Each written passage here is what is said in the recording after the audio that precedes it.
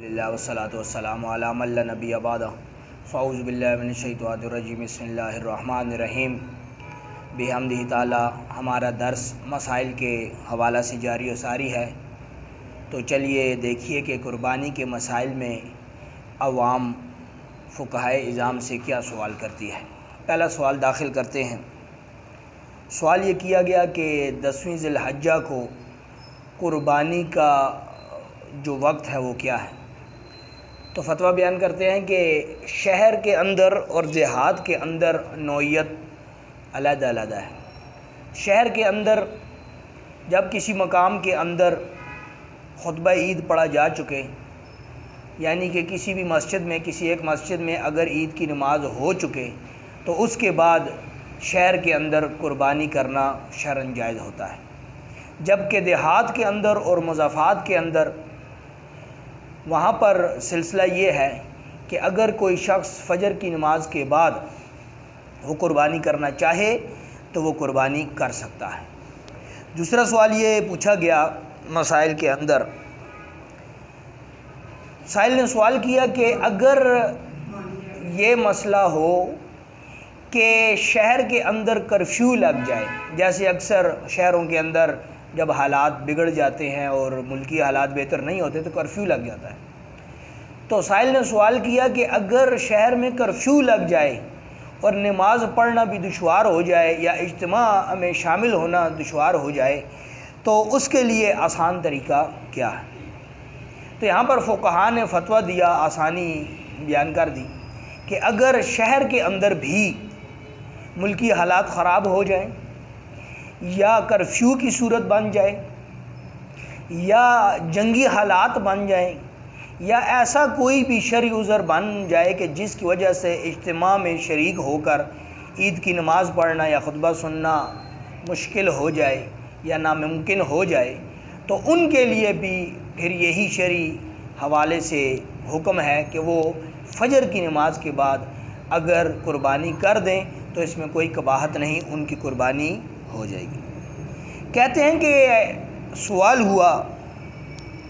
دارالافتاء کے اندر سوال کیا گیا کہ ہمارے علاقے کے اندر جب قربانی ہوتی ہے تو چھری پھیرنے سے پہلے اس کا اظہار کیا جاتا ہے کہ یہ جو جانور ذبح ہو رہا ہے یہ فلاں بن فلاں کا جانور ہے، اس کی نیت پر یہ قربان کیا جا رہا ہے، اس کا اظہار کیا جاتا ہے۔ تو پہلی بات تو یہاں پر شرعی مسئلہ سیکھ لیجئے کہ جو نیت ہوتی ہے یہ دل کے ارادے کا نام ہوتا ہے، وہاں پر اظہار کرنا ضروری نہیں ہے، نیت کا ہونا ضروری ہے کہ یہ جو قربانی کی جا رہی ہے یہ کس شخص کے لیے کی جا رہی ہے، یا خود پر جو واجب تھی وہ کی جا رہی ہے یا ایصال ثواب کی جا رہی ہے، تو اس کی نیت کا ہونا ضروری ہے۔ یہاں پر سوال یہ کیا گیا کہ اگر کوئی خاتون ہے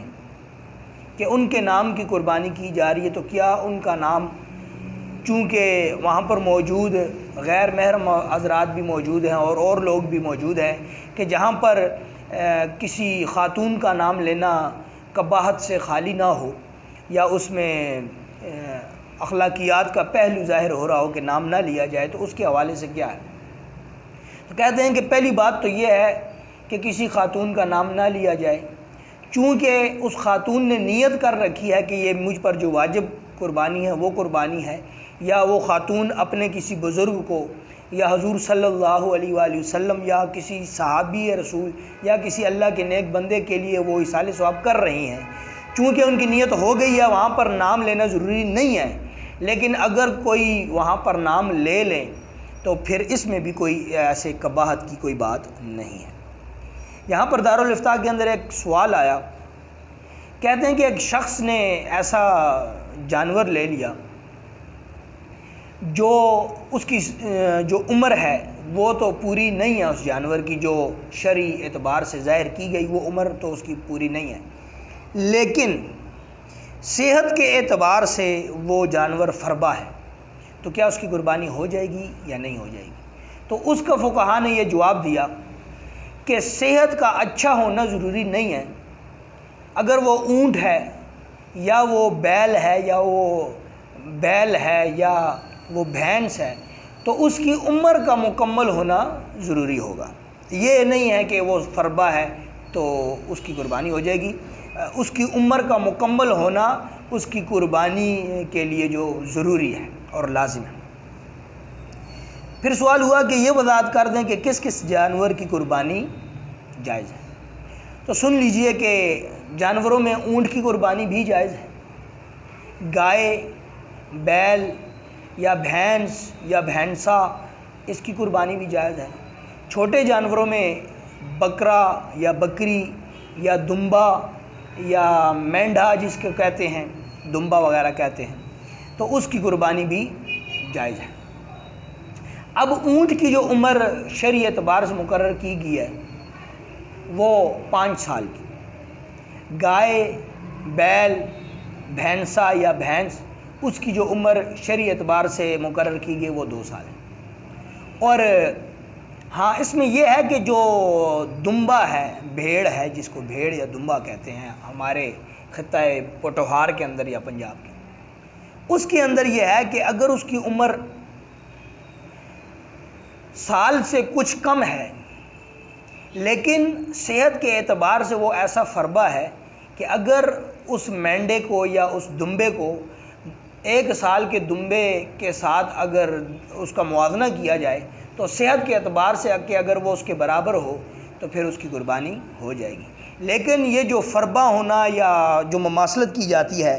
دوسرے جانور کے ساتھ، یہ سلسلہ بھینس کے اندر یا گائے کے اندر یا بیل کے اندر یا اونٹ کے اندر نہیں کی جائے گی. یہ صرف اس بھیڑ کے اندر جس کو دمبا کہا جاتا ہے اس کے اندر یہ اس کا سلسلہ ہوگا. دوسری بات یہ ہے کہ بڑے جانوروں کے اندر اونٹ ہے، گائے، بیل، بھینس یا بھینسا، اس کے اندر 7 افراد مشترکہ طور پر قربانی کا ارادہ کر سکتے ہیں. اس میں ایسے بھی ہے کہ اگر 7 افراد نہیں ہیں، افراد کم تعداد میں ہیں، لیکن ان جو افراد ہیں وہ اگر 2 یا 3 حصے ڈالیں تو 7 حصے پورے ہوتے ہیں تو پھر بھی قربانی شرعاً جائز ہے. جبکہ چھوٹا جو جانور ہوتا ہے، بکری ہے، بکرا ہے، دمبا ہے یا بھیڑ وغیرہ، اس میں فقط ایک شخص کی قربانی جو ہے وہ قبول کی جائے گی. تو یہ کچھ مسائل بیان کرنے کی کوشش کی ہے. دعا ہے رب ذوالجلال عمل خالص کی توفیق عطا فرمائے. وما توفیقی الا باللہ.